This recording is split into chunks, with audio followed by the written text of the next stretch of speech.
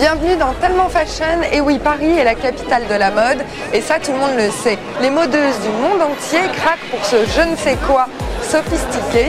Je vous propose une rencontre immédiate avec ce couple qui dure depuis déjà des années, Marité et François Girbaud.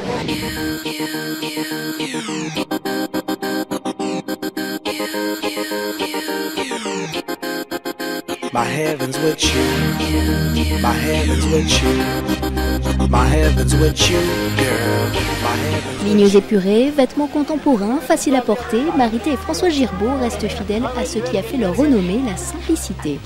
L'idée de faire ce métier qui m'a pris, quand ça a commencé à me gratter il y a 40 ans, c'était d'essayer de faire des choses qui correspondaient réellement à mon époque, je crois. Parce que qu'est-ce que c'est de pouvoir faire un vêtement pour nos contemporains. Quand la plupart des autres grands couturiers proposent des vêtements très souvent excentriques, Marité et François Girbaud créent des vêtements simples, élégants. Le duo de mode a en effet présenté une collection estivale pour le printemps-été 2011 devant un public de people, tous aussi adeptes des silhouettes casual. C'est facile de porter cette marque. Moi, je la porte tous les jours et il y a toujours un côté un peu décalé, un côté un peu différent, mais c'est quotidien. Donc moi, j'aime beaucoup cette marque. Tout ce qu'ils font est vraiment facile à porter. Cette saison, pas de talons chez les Girbaud, mais des baskets qui rappellent le côté street qui a fait leur renommée. Marité et François Girbaud concluent une Fashion Week qui donne le ton d'une saison tendance, mais facile à porter de l'été prochain.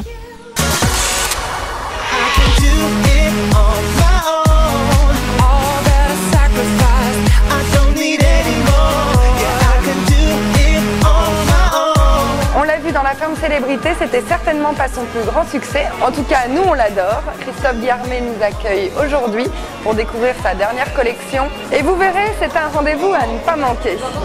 On sait jamais trop où te placer, plutôt haute couture, plutôt prêt-à-porter. Non, je pense que c'est vrai qu'aujourd'hui en fait tout est mélangé, donc finalement les gens qui font du prêt-à-porter mais qui n'ont pas assez d'images vont en couture parce que du coup il y a le défilé, c'est plus facile de le placer. Donc je me dis en fait c'est un faux problème finalement, c'est le tout c'est que les gens aiment ce que tu fais et te soutiennent. Tu habilles beaucoup de célébrités. Alors est-ce que c'est plus facile après pour faire connaître sa marque ou est-ce que pour toi c'est un véritable plaisir de les habiller? Comment tu fonctionnes avec ça? C'était les deux. En fait j'ai eu la chance, c'est que j'étais dans les premiers jeunes créateurs un peu au moment où je commençais à émerger, à me dire il ne faut pas forcément faire de la presse on va dire comme tout le monde l'a fait, il faut voir les choses différemment et avoir cet angle, relations publiques, personnalité, tapis rouge. L'année dernière tu étais absent, alors est-ce que tu nous as réservé des surprises? Donc le parfum déjà, mais est-ce qu'il y a d'autres surprises dans ce défilé? Oh je sais pas, je ne peux pas être jugé parti mais je pense que oui effectivement c'est peut-être, on va dire ça fait un an que j'ai pas pu vraiment montrer ce que je fais, donc là c'est peut-être pour moi c'est comme un retour et vraiment c'est un moment important. On laisse Christophe Guillermet se préparer avant son défilé. Je vous propose d'aller à la rencontre de Sophie Albou. Elle n'est peut-être pas très connue, pourtant elle est la créatrice d'une marque très célèbre, Paul & Joe. C'est d'ailleurs le nom de ses deux enfants, regardez. Chez Paul & Joe, il flotte comme un air de vacances à la plage. À quelques minutes du défilé, Sophie Albou, la créatrice de la marque, n'est pas nerveuse, elle est même très enthousiaste à l'idée de présenter sa dernière collection, une collection résolument fraîche et optimiste. C'est une ambiance de fête, une ambiance de vacances, une ambiance de soleil. Il y a beaucoup de jaune, beaucoup d'orange, beaucoup de rose, entrecoupé de blanc. Il n'y a pas vraiment de diktat au niveau des longueurs, il y a du très court et du très long, il y a de la mousseline de soie. C'est très vaporeux, il y a des dos nus, il y a du bikini, il y a de la peau, il y a de la chair, c'est beau. Et puis pas de talons à plat, on est en nu-pied, allez, on est cool même avec des tenues très sophistiquées.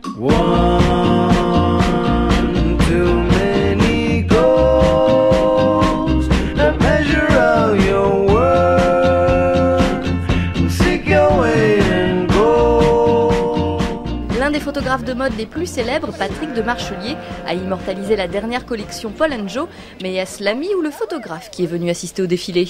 Les deux. Le photographe, je vais voir les robes pour la prochaine collection qu'on va photographier.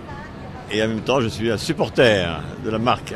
Et la marque fête justement ses 15 ans cette année. Paul & Joe, c'est un peu la marque de prêt-à-porter des Parisiens. Mais au départ, ce ne sont pas forcément eux qui ont été conquis. Quand j'ai démarré à 15 ans, je voulais un petit peu donner un petit peu de peps à un univers masculin très morose, très ennuyeux, très conventionnel. Et j'ai voulu apporter une touche un peu twistée, un peu happy days. Et en fait, d'emblée, c'est les Japonais qui ont craqué sur ma marque. Donc j'ai mis du temps un petit peu à m'imposer entre guillemets en France. Depuis, c'est chose faite, pour encore au moins 15 ans, on l'espère.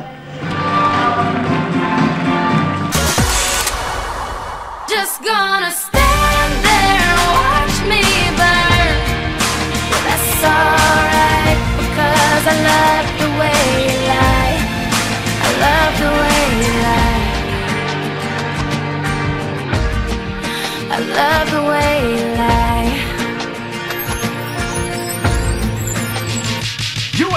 On dissocie rarement la mode et les people. En tout cas, pour Christophe Guillarmet, je dirais plutôt people de télé-réalité. Tellement Fashion, c'est terminé pour cette saison. L'été prochain s'annonce chaud et haut en couleurs. Nous, on se retrouve très vite. Ciao, bye bye.